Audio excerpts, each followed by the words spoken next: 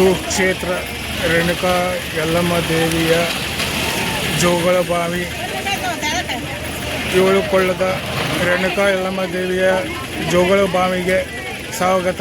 ನಮ್ಮ ಚಾನಲ್ ಸಿದ್ದಾರೂಢ ಹುಬ್ಳಿ ಚಾನಲ್ಗೆ ಸಬ್ಸ್ಕ್ರೈಬ್ ಮಾಡಿ, ಶೇರ್ ಮಾಡಿ, ಲೈಕ್ ಮಾಡಿ. ಜೋಗಳಬಾವಿ ಸವದತ್ತಿ. ಜೋಗಳಬಾವಿ ಇವು ಕರ್ನಾಟಕದ ಬೆಳಗಾವಿ ಜಿಲ್ಲೆಯ ಸವದತ್ತಿಯಲ್ಲಿರುವ ಪ್ರಸಿದ್ಧ ರೇಣುಕಾ ಯಲ್ಲಮ್ಮ ದೇವಸ್ಥಾನಕ್ಕೆ ಸಂಬಂಧಿಸಿದ ಒಂದು ಪವಿತ್ರವಾದ ತಾಣವಾಗಿದೆ. ಇದರ ಕುರಿತಾದ ಪ್ರಮುಖ ಮಾಹಿತಿಗಳು ಇಲ್ಲಿವೆ. ಸ್ಥಳ ಇದು ಸವದತ್ತಿ ಯಲ್ಲಮ್ಮನ ಗುಡ್ಡದಿಂದ ಸ್ವಲ್ಪ ದೂರದಲ್ಲಿದೆ. ಹಿನ್ನೆಲೆ ಮತ್ತು ನಂಬಿಕೆ. ಸ್ಥಳೀಯ ಪುರಾಣಗಳ ಪ್ರಕಾರ ಈ ಬಾವಿಯು ರೇಣುಕಾ ಮಾತೆ ಮತ್ತು ಆಕೆಯ ಪುತ್ರ ಪರಶುರಾಮನಿಗೆ ಸಂಬಂಧಿಸಿದ್ದಾಗಿದೆ ಎಂದು ನಂಬಲಾಗಿದೆ. ಜೋಗಳ ಎಂದರೆ ಮಗುವನ್ನು ಮಲಗಿಸುವಾಗ ಹಾಡುವ ಹಾಡು ಜೋಗಳ ಎಂದರ್ಥ. ಪರಶುರಾಮನು ಬಾಲ್ಯದಲ್ಲಿ ಇಲ್ಲಿ ಕಳೆದಿದ್ದನೆಂಬ ನಂಬಿಕೆ ಇದೆ. ಧಾರ್ಮಿಕ ಆಚರಣೆ. ಯಲ್ಲಮ್ಮ ದೇವಿಯ ದರ್ಶನಕ್ಕೆ ಬರುವ ಭಕ್ತರು ಮೊದಲು ಜೋಗಳಬಾವಿಯಲ್ಲಿ ಪವಿತ್ರ ಸ್ನಾನ ಮಾಡಿ ನಂತರ ದೇವಿ ದರ್ಶನಕ್ಕೆ ಹೋಗುವುದು ವಾಡಿಕೆ. ಈ ಬಾವಿಯ ನೀರಿಗೆ ರೋಗಗಳನ್ನು ವಾಸಿ ಮಾಡುವ ಶಕ್ತಿ ಇದೆ ಎಂಬ ದೃಢವಾದ ನಂಬಿಕೆ ಇದೆ. ಸ್ಕಿನ್ ಅಲರ್ಜಿಯು ಕಡಿಮೆಯಾಗುತ್ತದೆ. ಜೋಗಳ ಸತ್ಯಮ್ಮ. ಈ ಬಾವಿಯ ಹತ್ತಿರ ಜೋಗಳ ಸತ್ಯಮ್ಮ ಎಂಬ ಸಣ್ಣ ಗುಡಿಯೂ ಇದೆ. ಭಕ್ತರು ಈ ದೇವತೆಯನ್ನು ಭಕ್ತಿಯಿಂದ ಪೂಜಿಸುತ್ತಾರೆ. ಪರಿಸರ. ಈ ತಾಣವು ಪ್ರಕೃತಿಯ ನಡುವೆ ಇದ್ದು ಯಾತ್ರಾರ್ಥಿಗಳಿಗೆ ಮನಸ್ಸಿಗೆ ಶಾಂತಿ ನೀಡುವಂತಹ ವಾತಾವರಣವನ್ನು ಹೊಂದಿದೆ.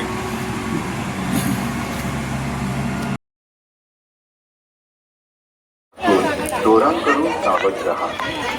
तुमच्या मौल्यवान वस्तू, मोबाईल, बॅग, पर्स आणि तुमच्या सर्व मौल्यवान वस्तूंची काळजी घ्या आणि जबाबदारी घ्या. हे मंदिर CCTVच्या निगराणीखाली आहे.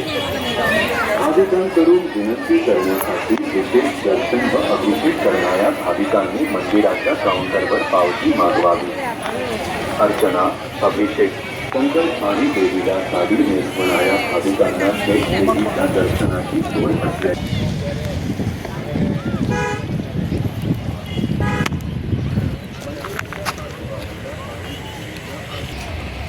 जोगुलाबावी सत्यम्मा देवी मंदिर परिसर स्वच्छ करण्यासाठी भाविकांनी सहकार्य करावे असे आवाहन करण्यात आले आहे.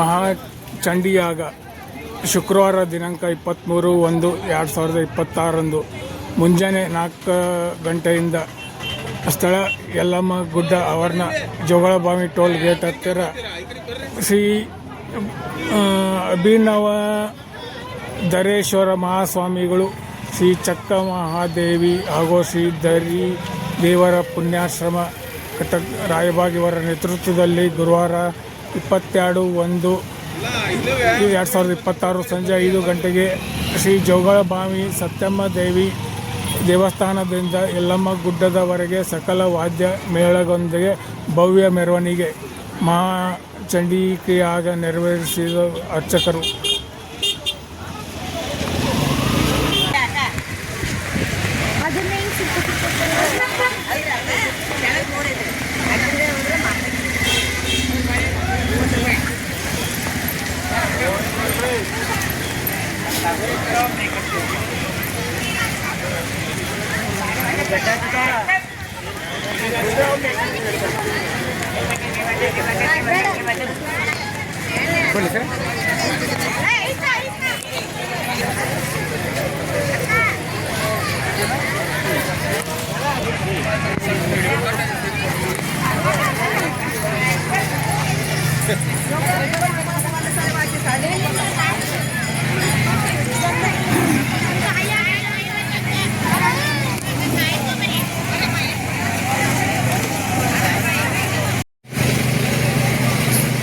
ಸುಕ್ಷೇತ್ರ ರೇಣುಕಾ ಯಲ್ಲಮ್ಮ ಗುಡ್ಡಕ್ಕೆ ಸ್ವಾಗತ.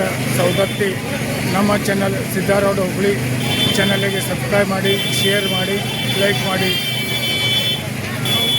ಯಲ್ಲಮ್ಮ ಗುಡ್ಡದಲ್ಲಿ ಜಾತ್ರೆಯ ಮಹೋತ್ಸವ.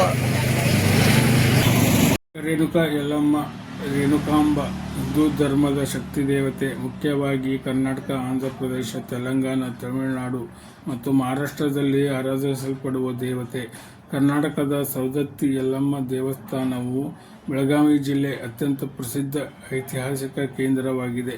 ಜಮದಗ್ನಿ ಋಷಿಯ ಪತ್ನಿ ಮತ್ತು ಪರಶುರಾಮನ ತಾಯಿಯಾದ ರೇಣುಕೆ ಶಕ್ತಿ ಮತ್ತು ಫಲವತ್ತತೆಯ ದೇವತೆಯಾಗಿ ಪೂಜಿಸಲ್ಪಡುತ್ತಾರೆ. ಮುಖ್ಯ ವಿವರಗಳು: ಸ್ಥಳ: ಸೌದತ್ತಿ ಯಲ್ಲಮ್ಮ ದೇವಸ್ಥಾನ, ಸಿದ್ಧಾಚಲ ಪರ್ವತ, ಯಲ್ಲಮ್ಮನ ಗುಡ್ಡ, ಕರ್ನಾಟಕ. ರೂಪ: ದೇವಿಯು ರೇಣುಕಾಂಬ, ಯಲ್ಲಮ್ಮ, ಏಕವೀರ, ಜಗದಾಂಬ ಎಂಬ ಹೆಸರುಗಳಿಂದ ಜನಪ್ರಿಯಳು.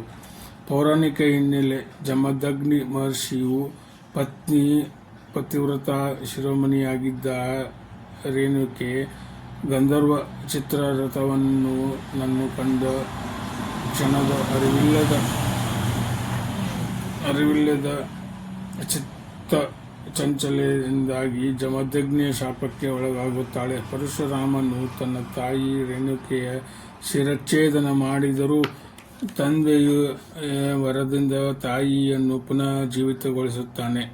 ಪೂಜಾ ವಿಧಾನ: ದೇವಿಗೆ ಉದೋ ಉದೋ ಎನ್ನುತ್ತಾ ಭಕ್ತಿಯಿಂದ ಪೂಜಿಸುತ್ತಾರೆ. ಕಾರ್ತಿಕ ಮಾಸದಲ್ಲಿ ಅಸಂಖ್ಯಾತ ಭಕ್ತರು ಇಲ್ಲಿಗೆ ಭೇಟಿ ನೀಡುತ್ತಾರೆ. ಸೌದತ್ತಿ ಯಲ್ಲಮ್ಮ ದೇವಾಲಯವು 10ನೇ ಶತಮಾನದ ಪರಸಗಡ ಕೋಟೆಯ ಸಮೀಪದಲ್ಲಿದೆ. ಇಲ್ಲಿನ ದೇವದಾಸಿ ಪದ್ಧತಿಯನ್ನು ಕರ್ನಾಟಕ ಸರ್ಕಾರವು 1982ರಲ್ಲಿ ನಿಷೇಧಿಸಿದೆ. ರೇಣುಕಾ ಯಲ್ಲಮ್ಮ ದೇವಿಯನ್ನು ಕಾಳಿಯ ಅವತಾರವೆಂದು ಪರಿಗಣಿಸಲಾಗುತ್ತದೆ ಮತ್ತು ಭಕ್ತರಿಗೆ ಆಕೆಯ ಕರುಣಾಮಯಿ ತಾಯಿ ಎಂದು ನಂಬಲಾಗಿದೆ. ರೇಣುಕಾ ಅಥವಾ ಯಲ್ಲಮ್ಮ ಹಿಂದೂ ಧರ್ಮದ ದೇವತೆ. ಮುಖ್ಯವಾಗಿ ದಕ್ಷಿಣ ಭಾರತದಲ್ಲಿ ಪೂಜಿಸಲಾಗುವ ಈ ದೇವತೆಯು ಕಾಳಿಯ ಸ್ವರೂಪವೆಂದು ಭಾವಿಸಲಾಗುತ್ತದೆ. ರೇಣುಕಾ ರಾಜನೆಂಬುವವನಿಗೆ ಮಕ್ಕಳಿಲ್ಲದೆ ಇದ್ದ ಕಾರಣ ಅವನ ಪುತ್ರ ಕಾಮೇಷ್ಟಿ ಯಾಗವನ್ನು ಮಾಡಿದ. ಇದರಿಂದ ಕಾಳಿ ಸ್ವರೂಪಳಾದ ಹೆಣ್ಣು ಮಗುವೊಂದು ಜನಿಸಿತು. ಆ ಮಗುವಿಗೆ ರೇಣುಕಾ ರಾಜನು ರೇಣುಕಾದೇವಿ ಎಂದು ಹೆಸರಿಸಲ್ಪಟ್ಟನು. ರೇಣುಕಾದೇವಿ 8 ವರ್ಷವಿದ್ದಾಗ ರಾಜನು ಅಗಸ್ತ್ಯ ಮುನಿಗಳ ಸೂಚನೆಯಂತೆ ಮಗಳನ್ನು ಜಮದಗ್ನಿ ಮಹರ್ಷಿಗಳಿಗೆ ಕೊಟ್ಟು ಮದುವೆ ಮಾಡುತ್ತಾನೆ. ದಂಪತಿಗಳಿಬ್ಬರು ರಾಮಶೃಂಗ ಪರ್ವತದಲ್ಲಿ ವಾಸಿಸುತ್ತಾರೆ. ಪವಿತ್ರತೆಯಾದ ರೇಣುಕಾದೇವಿಯು ಗಂಡನಿಗೆ ಎಲ್ಲ ರೀತಿಯ ಸೇವೆಯನ್ನು ಮಾಡುತ್ತಿರುತ್ತಾಳೆ. ಮುಂಜಾನೆ ಎದ್ದು ಅಲ್ಲೇ ಇದ್ದ ಮಲಹರಿ ಎಂಬ ನದಿಯಲ್ಲಿ ಸ್ನಾನ ಮಾಡಿ, ಮಣ್ಣಿನಿಂದ ಒಂದು ಬಿಂದಿಗೆ ಮಾಡಿ ಒಂದು ಹಾವನ್ನು ಸಿಂಬಿಯನ್ನಾಗಿ ಮಾಡಿಕೊಂಡು ನೀರು ಹೊತ್ತು ಮನೆಗೆ ತರುತ್ತಿರುತ್ತಾಳೆ. ಮುಂದೆ ರೇಣುಕಾದೇವಿ 5 ಜನ ಗಂಡು ಮಕ್ಕಳಿಗೆ ಜನ್ಮ ಕೊಡುತ್ತಾಳೆ. ವಾಸು, ವಿಶ್ವ, ವಾಸು, ಬಿಹುದ್ಯಾನು, ಭೃತಕನ್ವ ಮತ್ತು ರಾಮಭದ್ರ. ಮುಂದೆ ರಾಮಭದ್ರ ಶಿವ ಪಾರ್ವತಿಯ ಆಶೀರ್ವಾದದಿಂದ ಪರಶು ಎಂಬ ಹಸ್ತವನ್ನು ಪಡೆದು ಪರಶುರಾಮ ಎಂದು ಹೆಸರು ಪಡೆಯುತ್ತಾನೆ. ಒಂದು ದಿನ ರೇಣುಕಾದೇವಿಯು ನದಿಗೆ ನೀರನ್ನು ತರಲು ಹೋದಾಗ ಅಲ್ಲಿ ನೀರಿನಲ್ಲಿ ಆಟವಾಡುತ್ತಿದ್ದ ಗಂಧರ್ವನನ್ನು ಅವರ ಆಟವನ್ನು ನೋಡಿ ಮೈ ಮರೆಯುತ್ತಾಳೆ. ಮನೆಗೆ ನೀರಿಲ್ಲದೆ ತೆರಳುತ್ತಾಳೆ. ಇದನ್ನು ಕಂಡ ಜಮದಗ್ನಿ ಮಹರ್ಷಿ ಕೋಪಗೊಂಡು ರೇಣುಕಾದೇವಿಯನ್ನು ಮನೆಯಿಂದ ಹೊರ ಕಳಿಸುತ್ತಾರೆ. ರೇಣುಕಾದೇವಿಯು ತಪಸ್ಸಿಗೆ 3 ದಿನ ಕೋರುತ್ತಾಳೆ. ಏಕನಾಥ ಮತ್ತು ಜೋಗೀಶ್ವರ ಎಂಬುವವರು ಬಂದು 3 ದಿನದಲ್ಲಿ ಗಂಡನನ್ನು ಒಲಿಸಿಕೊಳ್ಳುವ ಪ್ರತಿಯನ್ನು ಹೇಳಿಕೊಡುತ್ತಾರೆ. ಅದನ್ನು ಮಾಡಿ ರೇಣುಕಾದೇವಿ 4ನೇ ದಿನ ಮನೆಗೆ ಹಿಂತಿರುಗುತ್ತಾಳೆ. ಆದರೆ ಕೋಪ ಆರದ ಜಮದಗ್ನಿ ಮಹರ್ಷಿಗಳು ಪರಶುರಾಮನನ್ನು ಕರೆದು ತಾಯಿಯ ತಲೆಯನ್ನು ಕಡಿದು ಹಾಕಲು ಹೇಳುತ್ತಾನೆ. ತಂದೆಯ ಮಾತನ್ನು ಪರಿಪಾಲಿಸಲು ಪರಶುರಾಮ ಆಯುಧವನ್ನು ಎತ್ತಿದಾಗ ರೇಣುಕಾದೇವಿಯು ಅಲ್ಲಿಂದ ತಪ್ಪಿಸಿಕೊಂಡು ಯಲ್ಲಮ್ಮ ಎಂಬ ಹೆಂಗಸಿನ ಮನೆಯಲ್ಲಿ ಮರೆಮಾಚಿಕೊಳ್ಳುತ್ತಾಳೆ. ಆದರೆ ಪರಶುರಾಮ ತಾಯಿಯನ್ನು ಹಿಂಬಾಲಿಸಿ ತಾಯಿಯ ತಲೆ ಕಡಿದು ಹಾಕಲು ಹೋಗಿ ಯಲ್ಲಮ್ಮನ ತಲೆಯನ್ನು ಹಾಗೂ ತಾಯಿಯ ತಲೆಯನ್ನು ಕಡಿದು ಹಾಕುತ್ತಾನೆ. ಪಿತೃವಾಕ್ಯ ಪರಿಪಾಲನೆಗಾಗಿ ಜಮದಗ್ನಿ ಮಹರ್ಷಿ ಪರಶುರಾಮನನ್ನು ಮೆಚ್ಚಿ ವರವನ್ನು ಕೇಳಲು ಹೇಳುತ್ತಾನೆ. ಪರಶುರಾಮ ತನ್ನ ತಾಯಿಯನ್ನು ಬದುಕಿಸಿ ಕೊಡುವುದಾಗಿ ಕೇಳುತ್ತಾನೆ. ಜಮದಗ್ನಿ ಮಹರ್ಷಿ ಒಂದು ನೀರನ್ನು ಕೊಟ್ಟು ಅದನ್ನು ತನ್ನ ತಾಯಿಯ ದೇಹದ ಮೇಲೆ ಚಿಮುಕಿಸಿ ಬದುಕಿಸಿಕೊಳ್ಳಲು ಹೇಳುತ್ತಾನೆ. ಆದರೆ ಪರಶುರಾಮ ಆತುರದಲ್ಲಿ ಯಲ್ಲಮ್ಮನ ತಲೆಯನ್ನು ತನ್ನ ತಾಯಿಯ ದೇಹಕ್ಕೆ ಜೋಡಿಸಿ ಬದುಕಿಸುತ್ತಾನೆ. ಹಾಗಾಗಿ ಈಗಲೂ ಕೂಡ ರೇಣುಕಾದೇವಿಯನ್ನು ಯಲ್ಲಮ್ಮ ದೇವಿ ಎಂದು ಶ್ರೀ ಯಲ್ಲಮ್ಮ ದೇವಿ ದೇವಸ್ಥಾನದಲ್ಲಿ ಪೂಜಿಸುತ್ತಾರೆ. ಧಾರ್ಮಿಕ ಶಾಂತಿ ಮತ್ತು ಉತ್ತಮ ಆರೋಗ್ಯ ಕಾಪಾಡಿಕೊಳ್ಳಲು ಪ್ರದರ್ಶನ ಮಾಡುತ್ತಾನೆ. ಅವಳು ಈ ಯಜ್ಞದ ಬೆಂಕಿಯ ಆಶೀರ್ವಾದದಿಂದ ಜನಿಸಿದ ಒಬ್ಬ ಮಗಳು. ರೇಣುಕಾ ಪ್ರಕಾಶಮಾನವಾದ ಮತ್ತು ಸಕ್ರಿಯ ಮಗು ಮತ್ತು ಆಕೆಯ ಪೋಷಕರಿಗೆ ಅತ್ಯಂತ ಪ್ರೀತಿಯ ಮಗು ಆಯಿತು. ಅವರು 8 ವರ್ಷದವನಾಗಿದ್ದಾಗ ರಾಜ ರೇಣುಕಾ ಗುರು ಯಾರು ಅಗಸ್ತ್ಯ ಮುಕ್ತಾಯ ತಲುಪಿದಾಗ ತನ್ನ ಮಗಳು ಜಮದಗ್ನಿ ಮದುವೆಯಾದ ಹೊಂದಲು ಸಲಹೆ ಮುನಿ ಮತ್ತು ಸತ್ಯವತಿ ಮಗ ಮತ್ತು ತೀವ್ರ ಪಾಶ್ಚಾತ್ಯ ಪ್ರದರ್ಶನದ ದೇವರು ಆಶೀರ್ವಾದ ಪಡೆದ ರೇಣುಕಾ ಮತ್ತು ಮುನಿ ಬೆಳಗಾವಿ ಜಿಲ್ಲೆಯ ಇಂದಿನ ಸವದತ್ತಿ ಪ್ರದೇಶದ ರಾಮಶೃಂಗ ಪರ್ವತಗಳಲ್ಲಿ ವಾಸಿಸುತ್ತಿದ್ದರು. ರೇಣುಕಾ ವಿವಿಧ ಆಚರಣೆಗಳು ಮತ್ತು ಪೂಜೆ ತನ್ನ ಕಾರ್ಯಗಳ ಎಲ್ಲ ಜಮದಗ್ನಿ ಮುನಿ ಸಹಾಯ. ಕ್ರಮೇಣ ಅವರು ಜಮದಗ್ನಿ ಹತ್ತಿರ ಬಂತು ಆತ್ಮೀಯ ಆಯಿತು. ಸ್ವಲ್ಪ ನಂತರ ರೇಣುಕಾ ಅಂಜನಾದೇವಿ ಎಂಬ ಮತ್ತೊಂದು ಮಗಳ ಆಶೀರ್ವಾದವಾಯಿತು. ರೇಣುಕಾ ಸಂಪೂರ್ಣ ಏಕಾಗ್ರತೆ ಮತ್ತು ಭಕ್ತಿಯಿಂದ ಮಲಪ್ರಭಾ ನದಿಯಲ್ಲಿ ಸ್ನಾನ ಬೆಳಗ್ಗೆ ಏಳುವುದು ತನ್ನ ಭಕ್ತಿಯವಳು ಮಾತ್ರ ಮರಳಿನಿಂದ ನಿರ್ಮಾಣವಾಗಿದ್ದ ನೀರು ಒಂದು ತಾಜಾ ಮಡಿಕೆ ಪ್ರತಿದಿನ ಹಿಡಿದಿಡಲು ಬಂದು ಮಡಿಕೆ ರಚಿಸಲು ಸಾಧ್ಯವಾಯಿತು. ಎಷ್ಟು ಬಲಿಶಾಲಿ ಅವರು ನದಿಯ ಈ ಮಡಿಕೆ ತುಂಬಲು ಮತ್ತು ಇದು ಮಡಿಕೆ ಬೆಂಬಲ ಆದ್ದರಿಂದ ಒಂದು ಹಗ್ಗದ ಮಾದರಿಯ ಜಟಿಲತೆ ಅದನ್ನು ತಿರುವು ಮತ್ತು ತನ್ನ ತಲೆ ಮೇಲೆ ಇರಿಸಿ ಹತ್ತಿರದ ಬಂದು ಹಾವು ಬಳಸಬಹುದು. ಹೀಗಾಗಿ ಅವರು ನೈವೇದ್ಯ ತನ್ನ ಕಾರ್ಯಗಳಾಗಿ ಜಮದಗ್ನಿ ನೀರಿನ ತಂದರು. ರೇಣುಕಾ ಮತ್ತೊಂದು ದೇವಸ್ಥಾನ ಗಾಜಿಪುರ ಬಳಿ ಸ್ಥಾಪಿತವಾಗಿದೆ.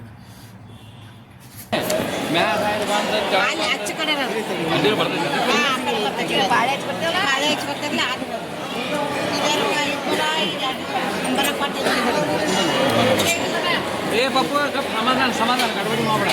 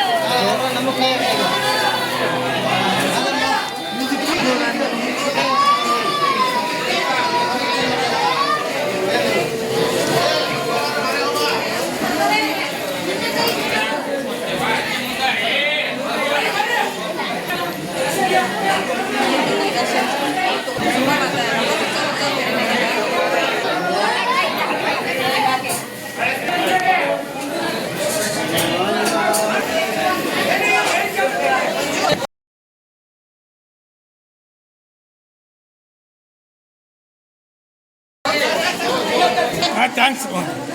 ಬರ್ಸರ ತೋರಿ ಆ ಪ್ರಸಾದ್ ತೋರಿ ಮೊದಲು 1000 ಪ್ರಸಾದ್ ಕೊಡ್ತಾರೆ.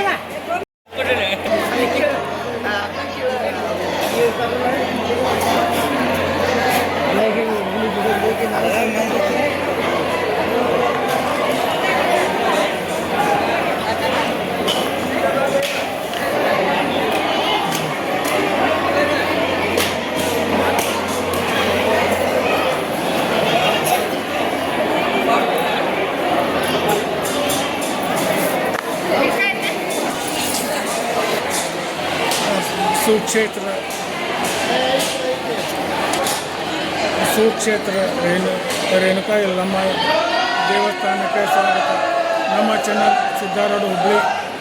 ಈ ಚಾನಲ್ಗೆ ಸಬ್ಸ್ಕ್ರೈಬ್ ಮಾಡಿ, ಶೇರ್ ಮಾಡಿ, ಲೈಕ್ ಮಾಡಿ.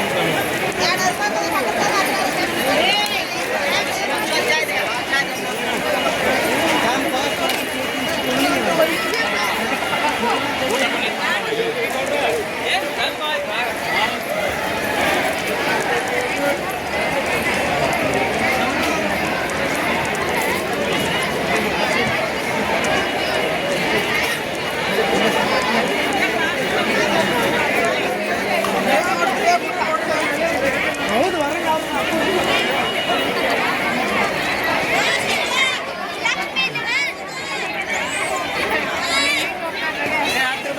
ಬರೀ 10 ರೂಪಾಯಿ.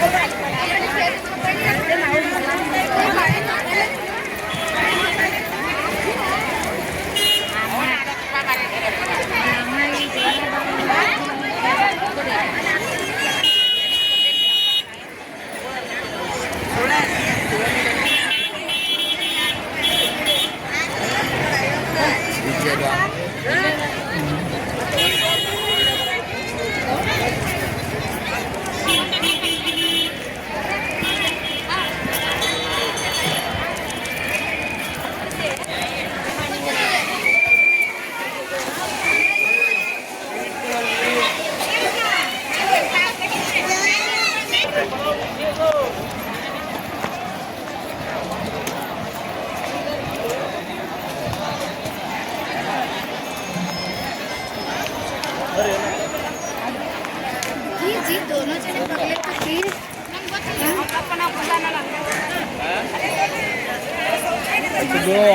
ಗೊತ್ತಾನ ಇಲ್ಲ ನೀವು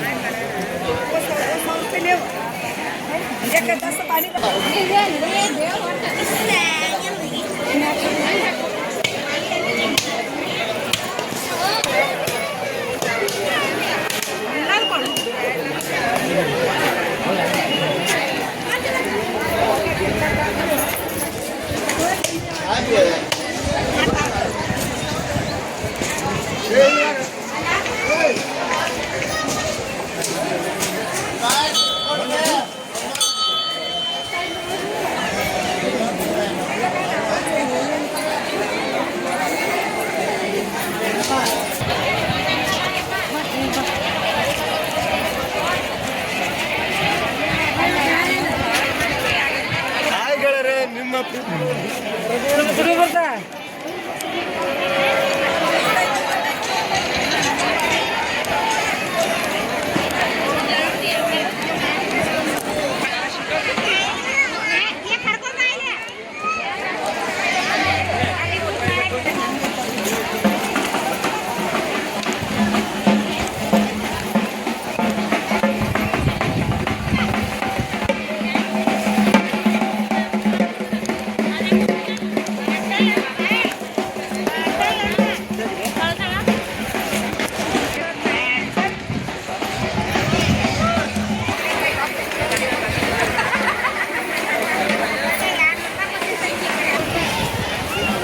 ರೇಣುಕಾ ಯಲ್ಲಮ್ಮ ಜಾತ್ರೆಗೆ ಸ್ವಾಗತ. ನಮ್ಮ ಚಾನಲ್ ಸಿದ್ದಾರೂಢ ಹುಬ್ಳಿ ಚಾನಲ್ಗೆ ಸಬ್ಸ್ಕ್ರೈಬ್ ಮಾಡಿ, ಶೇರ್ ಮಾಡಿ, ಲೈಕ್ ಮಾಡಿ.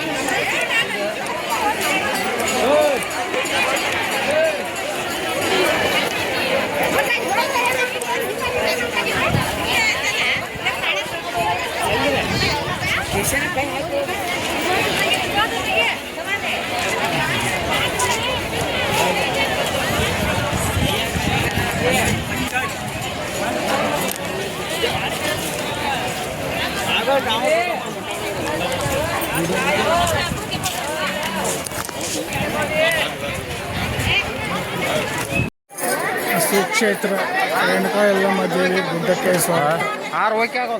ನಮ್ಮ ಚಾನಲ್ ಸಿದ್ದಾರೂಢ ಹುಬ್ಳಿ ಚಾನಲ್ಗೆ ಸಬ್ಸ್ಕ್ರೈಬ್ ಮಾಡಿ, ಶೇರ್ ಮಾಡಿ, ಲೈಕ್ ಮಾಡಿ.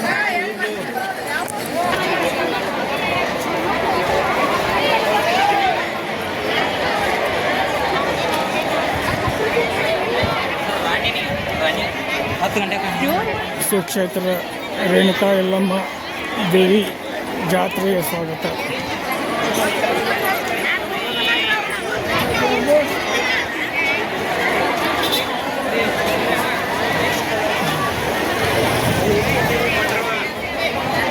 ಇನ್ನೂ ಗುಡಿ ಹೋಗಿ ಬಂದಿಲ್ಲ ಬೇಮ.